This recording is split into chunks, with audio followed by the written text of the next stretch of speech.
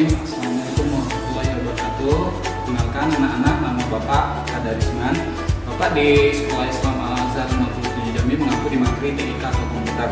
Untuk anak-anak sekalian, jaga kesehatan, lindungi diri agar kita nanti ketemu di sekolah ini ya. Wassalamualaikum warahmatullahi wabarakatuh. Baik anak-anak, untuk materi pada hari ini kita akan coba ngebahas tentang pengenalan daripada perangkat komputer. Nah, perangkat komputer itu pertama kali diciptakan untuk sebagai alat hitung, dimana untuk evolusi bentuk dari komputer bisa Anda lihat dari gambar-gambar berikut. Ada di gambar pertama, ya, kedua, ketiga, dan keempat. Nah, bisa dibandingkan bentuk daripada komputer itu pertama kali itu sangat besar sekali.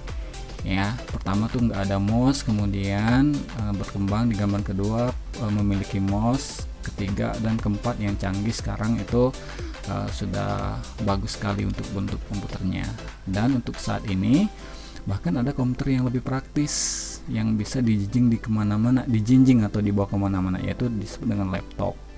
Nah, untuk laptop sendiri itu mempunyai berbagai macam bentuk, yaitu dua tipe. Pertama itu adalah notebook atau laptop yang bentuknya lebih besar ketimbang perangkat yang kedua, yaitu adalah netbook. Nah, perbedaan daripada kedua perangkat ini yaitu untuk laptop atau notebook itu berukuran lebih besar, dimana untuk ukuran daripada laptop atau notebook itu adalah ukurannya 13 inch hingga 18 inch. Dia lebih besar ketimbang yang netbook. Sedangkan netbook itu diperkirakan untuk ukurannya itu adalah 10 inci sampai 11 inci. Nah, yang paling mendasar perbedaan daripada notebook atau laptop dengan netbook, ya. Jadi Ananda jangan sampai nanti salah persepsi yang mana notebook yang mana netbook. Notebook itu ada perangkat CD-ROM-nya, ya.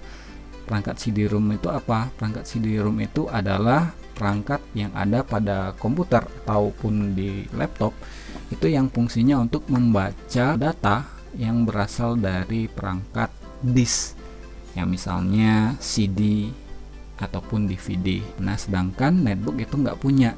Nah, gimana caranya kalau perangkat kita itu adalah netbook? Seperti di gambar yang nomor 2, kalau kita mau mengambil data berupa yang ada di dalam perangkat disk, misalnya CD atau DVD, itu kita bisa menggunakan yang namanya DVD-ROM eksternal. Contoh pada di gambar yang nomor 2. Berbeda dengan yang gambar nomor 1, itu perangkat DVD-ROM-nya sudah ada pada laptopnya. Nah, terus untuk perangkat komponen komputer sendiri apa-apa aja sih yang perlu kita ketahuin?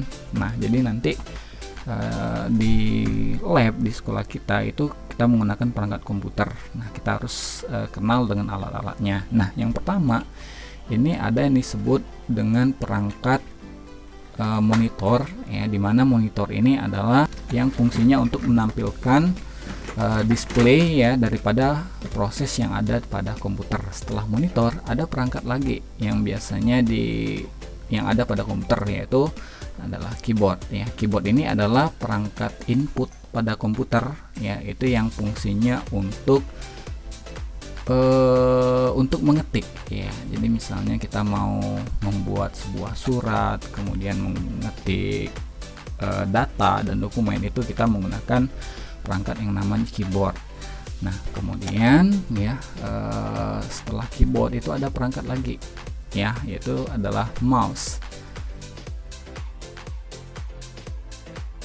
Nah, setelah mouse, ya, kita masuk ke perangkat yang penting berikutnya, yaitu adalah casing, ya, dimana casing ini fungsinya itu untuk melindungi komponen-komponen komputer yang ada di dalamnya.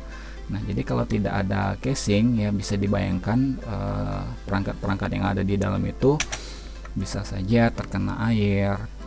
Mungkin Anda tahu nama perangkat ini, satu set semuanya, pasti tahu, ya. Apakah itu perangkatnya? Sorry, ini bukan CPU, ya. Jadi selama ini kita salah dalam memberikan penamaan pada perangkat ini ya. Ini kalau satu set semuanya ini yang terdiri daripada monitor, keyboard, mouse, dan casing itu bukan namanya CPU. Ya, Anda tahukah CPU itu yang mana? CPU itu seperti ini bentuknya. Nah, CPU itu adalah nama lain daripada prosesor yang singkatannya adalah Central Processing Unit yang dalam komputer yang berfungsi sebagai otak daripada komputer. Nah, jadi perangkat yang tadi apa? Nah, perangkat yang tadi itu adalah PC atau personal computer.